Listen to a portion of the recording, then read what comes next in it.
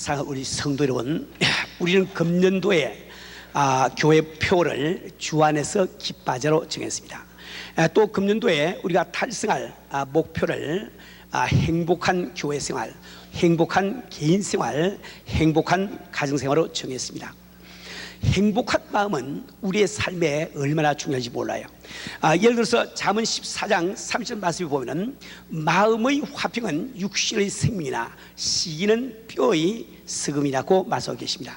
또 잠언 17장 22절 말씀을 보면은 다음과 같이 기록이 되어 있습니다. 마음의 즐거움은 양약이라도 심령의 근심은 뼈로 마르게 하니라. 우리 사는 우리 성도는 우리 가운데는 한 사람도 행복하기를 원치 않는 사람이 없을 거예요.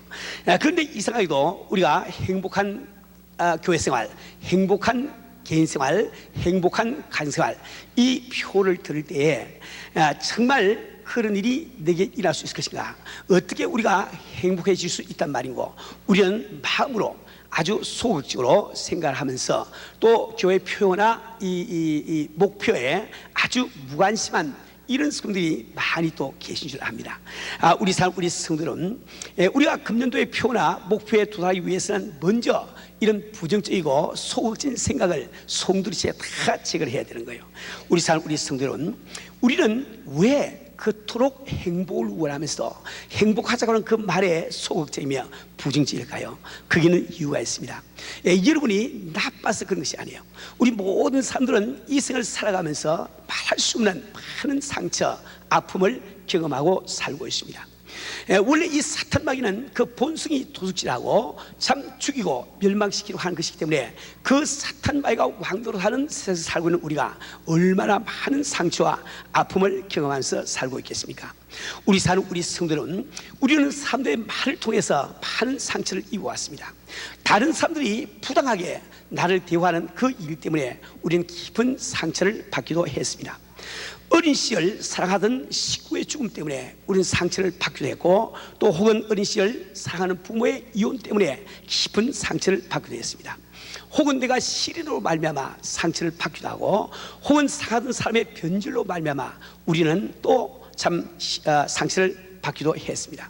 사랑할 수 없는 사람을 사랑함으로 말미암아 받은 상처를 참 가진 분들도 계실 거예요. 우리 성도는 우리는 참 결혼한 다음에 남편의 외도나 혹은 난폭한 행동 때문에 우리가 상처를 받기도 하고, 또 심지어 교회 생활에서조차도 우리는 참 상처를 받으면서 살고 있는 겁니다. 우리 성도는 우리는 이러한 상처를 그대로 간직하며 살고 있기 때문에 성령을 받고도 꾸준한 신앙생활을 할 수가 없는 거예요. 이런 상처를 받고도 우리가 치유함을 받지 못하기 때문에 나도 알지 못하는 가운데 나를 음수해오는 디프레션, 이 참 의기소침함을 어떻게 할 수가 없는 거예요. 우리는 생을 살아가면서 다른 사람의 말을 액면대로 그대로 받아들이지 못합니다. 우리는 생을 살아가면서 어떤 사건을 만나거나 어떤 환경에 처할 때 우리는 까닭없이 그 사건을 확대해서 생각하는 이런 버릇들이 있단 말이에요. 혹은 알 수 없는 불안과 공포에 시달리는 것도, 또 언제나 걱정과 근심에 사로잡혀 있는 것도 바로 내 속에 있는 그 상처들을 치료받지 못하고 우리가 살고 있기 때문에 그렇습니다. 우리 성도들은 참 말할 수 없는 고립감과 참 이 나 밖에는 의지할 곳이 없다는 이런 그 고립감과, 혹은 말할 수 없는 참 열등의식, 이런 등으로 괴로움을 당하는 그 이유도, 또 우리 가정생활이 원만하지 못하고 대인관계가 원만하지 못하는 것도 따지고 보면은 우리 마음속에 있는 그 상처들을 치유함을 받지 못하고 우리가 살고 있기 때문에 그렇습니다. 우리 성도는 우리가 금년도의 표와 목표에 도달해서 정말 우리가 주 안에서 기뻐하고 우리가 행복한 교회생활, 행복한 개인생활, 행복한 가정생활을 이룩하려고 하면 반드시 우리는 이미 받고 있는 이 마음의 상처의 치료를 받지 않으면 안 됩니다. 우리 성도는 그럼 우리는 어떻게 이미 받고 있는 이 마음의 상처를 치료를 받을 수가 있는가? 이 성경 말씀에 보면 이 치료받는 유일한 길은 바로 우리 예수님밖에 없음을 성경은 말씀하고 있습니다.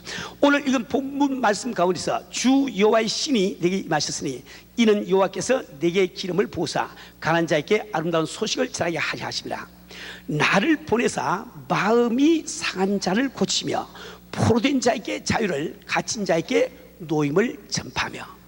우리 사는 우리 성도 여러분, 바로 우리 주님이 이 땅에 오신 것은 상처받지 않을 수 없는 우리의 마음의 상처를 치료하기 위해서 오셨음을 오늘 성경을 통해서 분명히 말씀을 해주고 계십니다.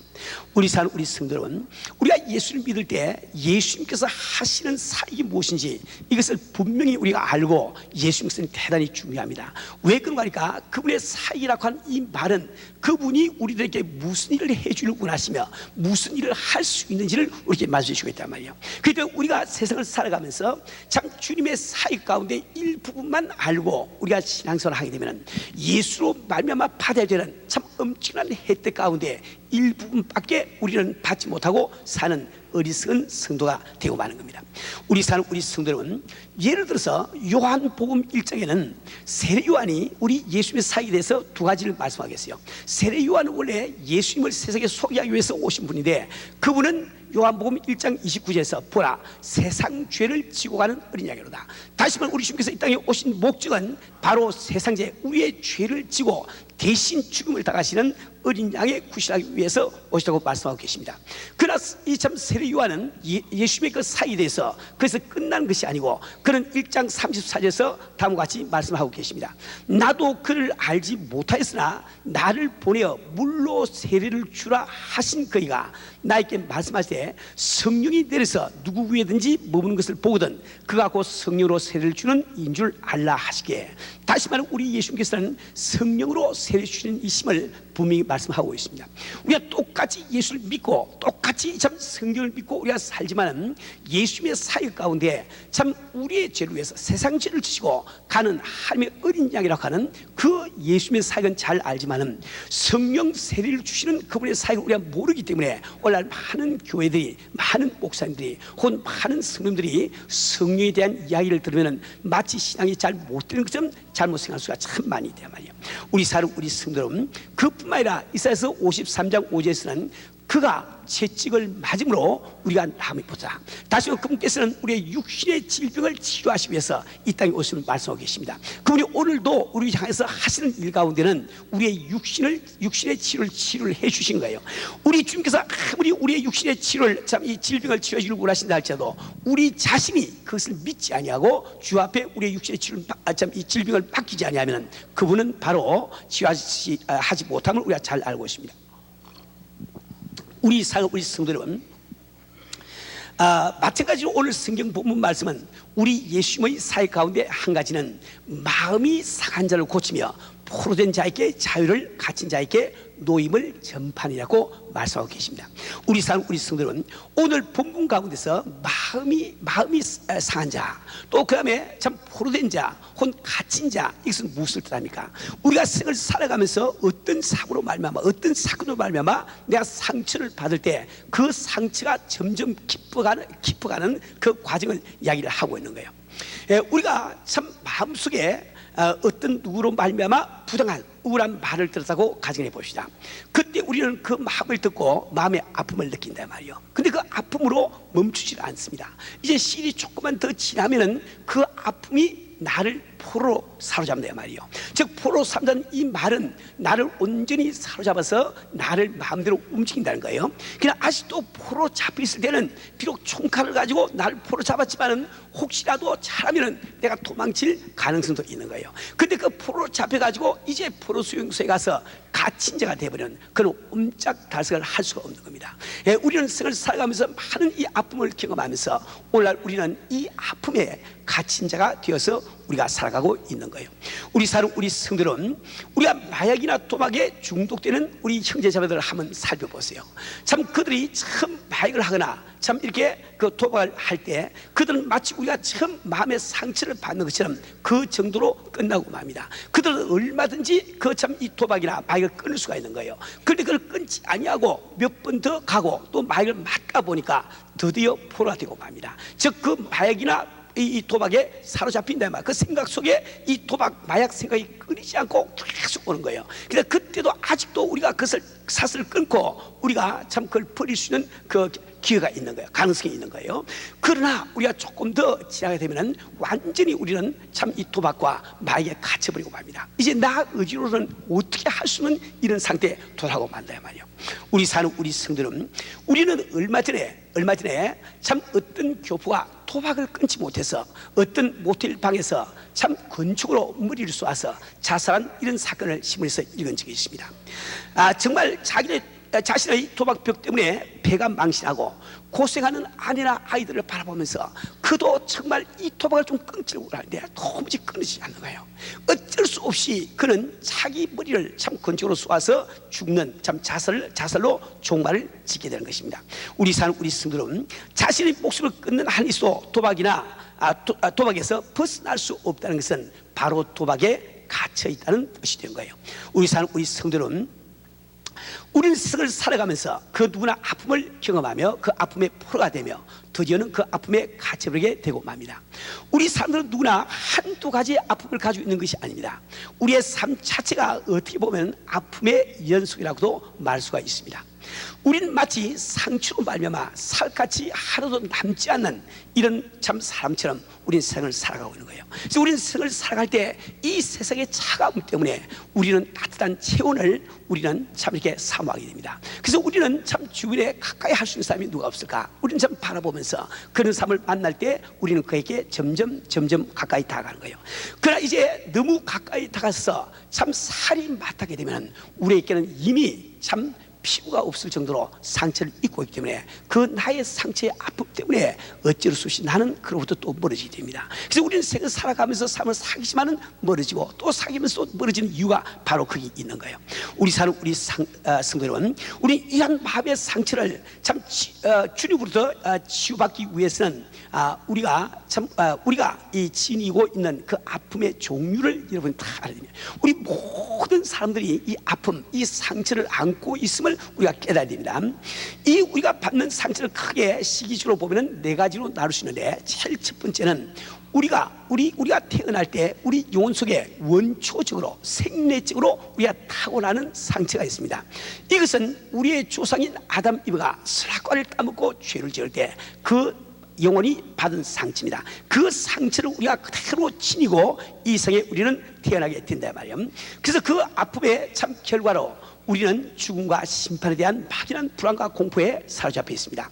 참 죄를 지은 자의 열등의식으로 열등의식에 또 하나님으로부터 버림받았다는 그 아픔을 가지고, 그래서 사람들에게 또 받으면 안 되겠는데 참 이렇게 우리는 끊임없이 염려하는 습성이 우리 영혼 가운데 자리 잡게 된 겁니다. 이러한 모든 참 이 상처들은 바로 생리적이요 원초적인 것입니다. 이 상처를 받지 않고 이 세상에 태어난 사람은 한 사람도 없는 거예요. 두 번째로는 우리가 태아로 있을 때 받는 상처입니다. 오늘날 많은 심리학자들 혹은 이 정신 분석학자 혹은 상담가들은 그 연구 결과를 이렇게 표현을 하고 있습니다. 그 아이가 태어나기 전에 어머니 뱃속에 있을 때도 의식이 전달이 된대요. 그래서 아기를 가졌는데 그 부모님들이 생각하기를 이번에 이 아이는 갖지 말아야 될 아이를 가졌구나. 혹은 또 부부가 서로 이야기할 때 이번에 갖지 말아야 될 애를 가졌는데 이런 이야기를 하면은 그 아이가 그걸 느낀대요. 느껴서 그 태 속에서부터 벌써 마음에 상처를 받고 태어난다고 이야기를 합니다. 아이를 가진 다음에 참 이 아이를 낙태 수술할까 이런 의논을 할 때 그 아이는 이 태중에서도 그것을 전달받고 마음의 상처를 느낀대요. 이러한 일들은 성경 말씀이 뒷받침을 하고 있습니다. 예를 들어서 마리아가 세례 요한의 어머니 되는 엘리사벳을 이렇게 방문했을 때 그 엘리사벳은 고백하기를 내 뱃속에서 태아가 뛰어논다고 고백하고 있단 말이에요. 즉 마리아가 온 것을 그 태아가 감지하고 있음을 이 성경 우리에게 말씀해 주고 있는 겁니다. 우리 사는 우리 성도는 우리가 정말 이 세상에 태어날 때 벌써 아픔을 지니고 태어나는 이유가, 두 번째 이유가 여기 있는 거예요. 이제 세 번째로는 우리가 우리의 의식으로 기억하지 못하는 유학의 아주 어린 시절에 내가 받은 그 아픔, 그 상처는 그대로 우리 기억 속에 남아있다고 심리학자들은 이야기를 합니다. 우리 사는 우리 성도는 참 어린아이가 심하게 운다고 해서 그 아이를 심하게 부모가 다룰 때 그것은 그 아이에게 상처로 남게 되는 거예요. 참 어린 아이, 저 철없는 아이, 의식이 없는 그 아이 앞에서 우리 부모들이 큰 소리로 고함을 지르면서 참 부부싸움을 할 때 그것은 역시 그들에게 참 치료할 수 없는 이런 상처를 남겨주게 되는 겁니다. 이제 마지막으로 우리의 아픔은 우리가 철이 들고 난 다음에 받는 마음의 아픔들이 있습니다. 우리는 정말 어린 시대에 자라오면서 우리는 참 이렇게 내가 잘했거나 잘못해서 상관없이 그 누구나 많은 상처를 받으면서 우리는 살아오고 있단 말이에요. 어떤 그 정신분석학자의 보고에 이런 글을 본 적이 있습니다. 어떤 젊은 크리스천 부부가 있습니다. 이 두 사람은 상당한 깊은 시각을 가지고 있고 그들은 정말 하나님께서 원하시는 참 이 수준 높은 그런 사랑의 결혼 생활을 하기 위해서 열망을 가지고 있는 그런 젊은 부부였다고 합니다. 근데 두 사람은 자기들이 예상과는 반대로 결혼한 그날부터 다투기를 시작하는데 끊임없이 다툼이 끝나지 않은 거예요. 사사건건이 다툼이 벌어집니다. 그들 참 이게 결혼 생활은 참 낙원 이기는 고사고 마치 지옥과 같은 이러한 암울한 결혼 생활을 하게 되는 거예요. 드디어 두 사람은 한수없이 크리스천 카운슬러 이 상담가를 찾아가서 상담을 하기를 시작합니다. 그때 그 상담가는 이 카운슬러는 그 문제가 부인에게 있는 것을 발견을 하게 됩니다. 이 부인은 아주 신경과문이요, 아직도 일어나지 아니하는 모든 걱정 근심을 혼자서 다 하고 있는 이런 타입이란 말이에요. 그러니까 이 올바른 간생활이 이루어질 수가 없는 겁니다. 그 상담가가, 그 카운슬러가 참 그 여자를 데리고 같이 상담을 하면서 치료받기 위해서 주 앞에 기도를 하는데, 그 기도하는 가운데 그 자매님은 참 자기가 참 그러니까 기억할 수 없던 어린 때 4살 때의 사건이 기억이 난 거예요. 그 4살 때 어떤 일이 벌어지고 하니까 그 자매님이 참 4살 때 그는 대단히 수줍은 이런 사람이었대요. 그는 다른 사람들이 하이하고 인사도 못할 정도로 그렇게 수줍은 그런 성격을 타고났답니다. 근데 어느 날 온 가족이 시골에 있는 할머니 댁을 방문을 간 거예요. 근데 그 할머니께서 이 참 미치라고 하는 그 어린 소녀를 위해서 틀씨를 가지고 이게 인형을 덮을 수 있는 그 조그만 담요를 갖다가 짜줬대 말이요. 그래서 참 이렇게 다 짜가지고 그 할머니가 그 담요를 주려고 할 때 어머니가 이야기를 합니다. 미치야, 할머니가 너 위해서 이렇게 담요를 짜줘서 얼마나 감사하니, 너 땡큐 하고 이야기하라, 이렇게 이야기를 한단 말이요.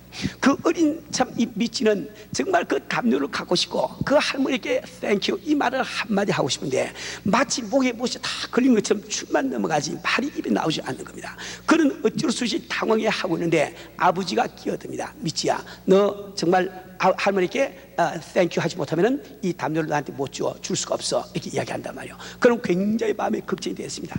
어떻든지 할머니께 땡큐 그 한마디를 하고 싶은데 말은 나오지 않고 눈에서는 눈물만 걸성걸성 고인단 말이에요. 그때 어머니가 치명적인 말을 합니다. 미치야, 너 이번에 땡큐 이 말 못하면 이 담요를 너 동생한테 주고 버릴 거야. 그리고 그는 드디어 그 말을 하지 못하고 그 담요를 동생에게 뺏겼단 말이요. 어른들이 바라볼 때는 그 조그마한 그 담요 한 장, 그 뭐 동생이 주어서 무슨 큰 문제 우리가 생각이 쉬워요. 또 어른들이 생각할 때는 이 아이의 수집은 그런 이 참 습성을 고쳐주기 위해서 그렇게 한 것이 당연하고 생각하는데 그 어린 미치에게는 우주를 잃은 것 같은 그런 상처가 아픔이 남다 말이요. 그것이 결국 이 사람을 하여금 참 신경과미로 만들고 모든 범사에 걱정 근심하며 불안하게 사는 이런 성격으로 형성을 했다고 이야기를 하고 있습니다. 우리 사는 우리 성도 여러분, 우리 오늘 우리 자신 한번 바라봅시다. 우리는 정말 한국에서 참 8.15 해방 혹은 6.25 사변, 5.19 혁명, 5.16 혁명 등등 격변기를 겪으면서 살아온 우리 성도님들입니다.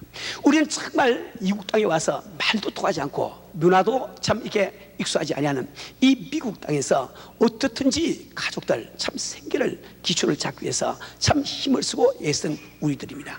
이렇게 살아온 우리들이 얼마나 그 마음속에 상처가 많고 아픔이 많겠냐 말이에요. 우리 사는 우리 성도 여러분, 이러한 상처들은 우리의 단란한 가정생활을 방해하며 우리의 대인관계에 문제를 야기시키며 심지어 하나님과 나 사이의 관계까지도 큰 지장을 취하고 있는 것입니다. 근데 문제는 우리들은 이러한 그 상처를 안고 살아가면서 그 상처를 드러내놓고는 살 수 없기 때문에 본능적으로 그 상처들을 망각이라고 하는 상자 속에 가두어버리고 나는 마치 상처가 없는 사람처럼 살아가기를 원한단 말이에요. 그래서 우리는 참 다른 사람 앞에서 아무 상처 없는 사람처럼 우리는 행동하고 자기 스스로도 그렇게 속입니다. 그렇게 하기 때문에 우리가 하나님 앞에 나와서 나는 아무런 상처가 없는 사람처럼 앉아서 예배를 드린단 말이에요. 우리 사는 우리 성도는. 근데 내가 그 모든 상처들을 참 이 망각의 상자 속에 집어넣는다고 해서 결코 없어지는 것이 아닙니다. 우리가 한번 뇌라고 하는 것은 그 뇌세포 속에 기억이 한번 입력이 되면 평생 가도 그건 없어지지 않습니다. 그래서 참 언젠가 참 알지 못하는데 참 이렇게 기대하지 못하던 그런 참 장소에서 이런 참 아픔들이 표출되면서 우리의 정서나 사고방식을 비뚤어지게 하며 우리의 마음속에서 기쁨과 평강을 뺏어가고 우리의 원만한 가정생활을 방해하며 대인관계를 원하게 하며 심지어 하나님과 나 사이의 관계를 조차 올바르지 못하게 합니다. 우리 사람 우리 성도는 우리가 진정으로 행복한 교회 생활, 진정으로 행복한 교회 생활, 개인 생활, 또 진정으로 행복한 가정 생활을 영위하기 위해서는 반드시 우리의 마음속에 있는 이 상처들을 치료를 받지 않으면 안 됩니다. 우리 사는 우리 성도는 우리 주님께서는 이 시간도 우리의 그 상처들을 치유하시기 위해서 기다리고 계신데 그 주님 앞에 우리가 어떻게 해야만 그 상처를 치유받는지 그 방법을 잘 아셔야 됩니다.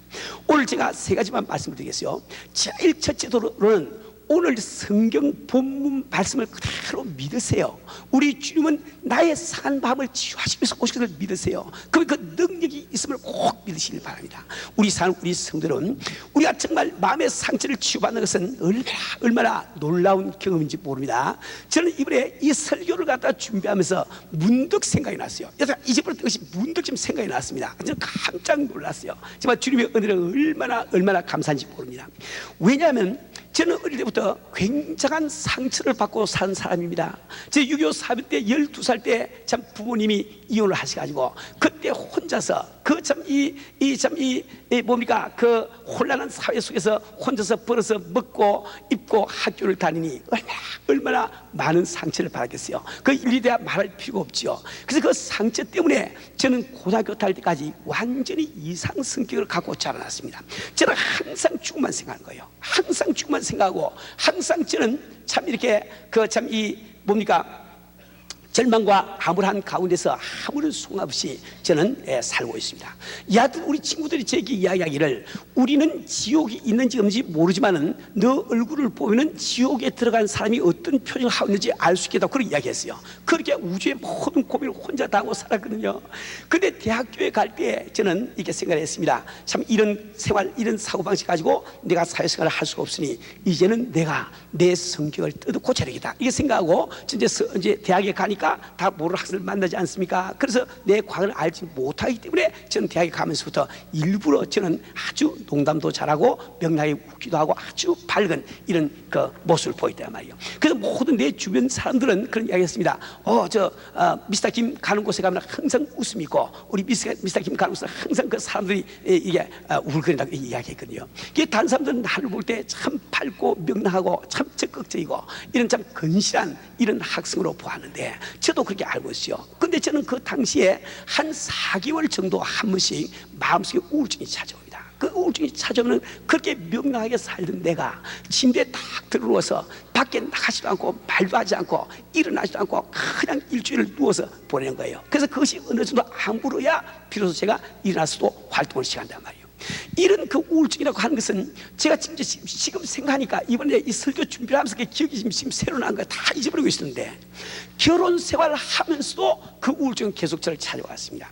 저는 아마 어느 남편 못지않게 아주 그 참 이 와이프를 기쁘게 해주기 위해서 항상 그저 조크를 하고 명랑하게 살던 이런 남편이었습니다. 우리 집에는 항상 웃음이 떠나지 않고 참 재밌게 살던 그런 우리 부부지간이었어요. 근데 이제 한 반년에 한 번 정도 그 우울증이 찾아오면은 나는 들어누워서 아내가 옆에 오는 것도 제가 마다합니다. 그 혼자 누워서 옆으로 들어누워가지고 그저 진짜도 모르죠. 모르는 가운데 그냥 시간만 보내는 거예요. 아주 암담하고 막 지옥 같은 시간이죠. 그래서 한 일주일쯤 지나야 겨우 마음이 다시 소생해서 일어나서 또 일하고 그걸 했거든요. 근데 내가 예수를 믿고 난 다음에 주님을 영접한 다음에 그 과거의 모든 일들이 마치 나무의 이글처럼 아주 희미하게 멀어져 가버렸단 말이에요. 그러니까 예수 믿고 난 다음에 한 번도 그런 우울증을 내가 경험해 본 적이 없단 말입니다. 우리 사는 우리 성도는 그 무엇을 뜻합니까? 우리 주님께서는 나의 상한 마음을 다 치료해 주시고요, 우리가 상한 마음을 주께서 치료해 주시면 그 상처받은 기억이 사라져버리고 맙니다. 주님 그 역사해 주신다고요. 그래서 우리가 온전한 인격을 가지고 주님을 섬길 수가 있거든요. 이번 저희 64기 트레시에서도 참 재미있는 그런 일이 있습니다. 거기 어떤 한 자매님이 캔디데이트 오셨는데 그분은 30살 된 젊은 아주 예쁘장하게 생긴 그런 자매였습니다. 그 자매님은 아주 어린 나이에 결혼을 해서 30살밖에 안 되는데도 아이가 지금 셋이 있어요. 셋이 있는데 결혼한 그날부터 남편이 상처를 주기 시작한 것이 오늘까지 상처를 준 거예요. 그래서 도무지 이 여자가 견디다 못해가지고 정말 온순하고 이런 자매인데 애들 셋을 다 데리고 집을 나와서 진정적으로 와버렸단 말이에요. 그 남편을 만나지 않고 아마 1년 이상 아마 지났을 거예요. 근데 참 이게 그 자매에게 가정을 하나로 만들어야지 이런 이야기를 하면 손톱이 들어가지 않습니다. 남편 이야기를 하면 치를 뜬다 이 말이에요. 근데 안 뵙기 전에 아마 63기인가 우리 그 남편 되시는 분이 우리 트레시에서 참석했습니다. 그는 트레시에서 참석한 다음에 은혜를 받고 자기가 참 아내를 잘못 대한 거 이것을 크게 뉘우치면서 그는 어떻든지 그 아내를 한번 만나서 사과하기를 원했습니다. 그 사는 자를 한번 보기를 원하는데 이 부인이 너 절대로 듣지 않은 거예요. 집에 근처 오지를 못해 하는 거예요. 근데 이번에 우리 64기 투에서 할 때 이 자매는 반강제적으로 저희 바로 옆에 살고 있기 때문에 올라갔습니다. 올라가서 쭉 이게 프로그램을 진행하면서 끝날 때 그가 친구들에게 한 말이 있습니다. 참 이상하다고 말이야. 난 남편이 어떻게 나를 갖다가 잘못했는지 하나도 기억이 안 난대요. 남편이 어떻게 내 마음을 아프는지 전혀 그 사건이 기억이 안 난대요. 그는 트레시아스 끝나자마자 그 다음 날로 남편 따라서 시애틀 올라갔다고요. 지금 잘 살고 있습니다. 편지와한테 잘 살고 있대요. 우리 사는 우리 성도 여러분, 우리 오늘 우리 주님께서 우리의 마음의 상처를 치유하시는 이 말씀 그대로 믿으세요. 믿어야 우리가 마음의 상처를 고칠 수가 있는 겁니다. 우리 사는 우리 성도는 우리는 지금 남의 이야기를 듣고 있는 것이 아닙니다. 당신이 바로 그 상처 가운데 있는 것을 꼭 기억을 해야 됩니다. 당신이 그 아픔 가운데 살고 있음을 여러분 꼭 자각을 하셔야 되는 거예요. 우리 사는 우리 성도는 이제 두 번째로 우리가 할 일은 여러분들이 그 상처받은 마음을 그대로 주님 앞에 내어놓는 거예요. 오늘 우리가 예배 시간에 그 일을 다 못하지만 오늘 말씀을 잘 기억하시고 자기가 자기 혼자의 시간, 기도 시간을 가지시고 주님 앞에 내 상처를 내놓으세요. 그 상처가 생각나지 않는 사람들은 주님 앞에 기도하세요. 주님께서 내 마음을 조명해 주셔서 내가 혹시 마음에 받은 상처가 있으면 깨닫게 도와주세요. 나는 오늘 주님의 도우심으로 치유받고 온전한 신앙생활을 하기 원합니다. 주님의 뜻을 따라 정말 행복한 교회 생활, 행복한 개인 생활, 행복한 가정생활을 하기 원합니다. 기도해 보세요. 성께서 여러분이 감감하게 잊어버렸던 그 어린 시절의 아픔, 그런 상처를 다 기억을 해줘요. 그것을 주님 앞에 드러내놓고 내가 기도하거나 혹은 드러내놓고 누구하고 이야기할 때 주님은 그것을 갖다가 이렇게 치료해 주십니다. 왜 그러니까 우리가 아무리 죄인들이라 할지라도 죄인된 것을 깨닫지 못하는 사람에게는 주님의 보혈이 아무 상관이 없지요. 그분이 참 십자가에서 보혈을 다 흘려주시도 나하고 상관이 없단 말이에요. 아무리 내가 육신의 병이 들어서 병든 것을 알지 못하는 사람, 내 병을 주 앞에 내놓지 못하는 사람은 주님의 치료하시는 사에게 혜택을 받을 수가 없다 말입니다. 우리 사는 우리 성도는 그래서 우리는 정말 주님 앞에 내 있는 모습 그대로를 내놓을 때 우리 주님은 치료해 주심을 꼭 믿으시길 바랍니다. 우리가 하나님에 대해서 잘못 생각하는 것이 있어요. 우리는 정말 우리의 마음은 마치 걸레처럼 너덜거리는 상처투성인데 나는 주 앞에 참 예배 보러 나왔기 때문에 옷을 단정하게 입고 마음을 가듬고 이게 참 온전한 사람처럼 예배를 드려야 주님이 기뻐하시다고 생각한다 말이에요. 우리 주님은 그런 분이 아니십니다. 그분께서는 가면 쓰고 오는 사람을 가장 싫어하는 사람이에요. 상처를 받았으면 상처받은 그 마음을 가지고 주 앞에 나오라는 거예요. 지금 아픔을 가진 그 마음을 가지고 주 앞에 나오라는 거예요. 그것이 오히려 주님 앞에 온전한 마음임을 성경 통해서 말씀을 하고 있습니다. 시편 50편 17절에서 참 다윗은 말하기를 하나님의 구하시는 제사는 상한 심령이라 하나님이여 상하고 토해하는 마음을 주께서 멸시치 아니하시라고 기록하였습니다.